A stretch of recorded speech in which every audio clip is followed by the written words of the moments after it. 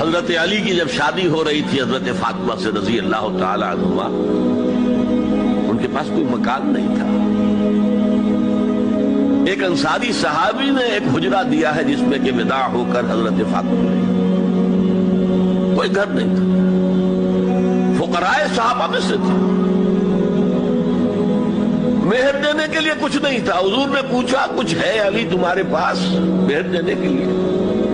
اس کیا حضور کچھ نہیں میرے پاس۔ فرمایا تمہارے پاس وہ زرہ ہوتی تھی ایک؟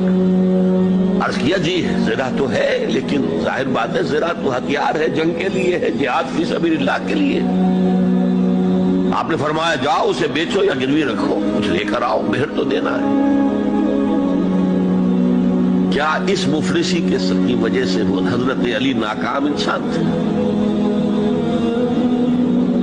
لیکن واقعہ یہ ہے کہ کامیاب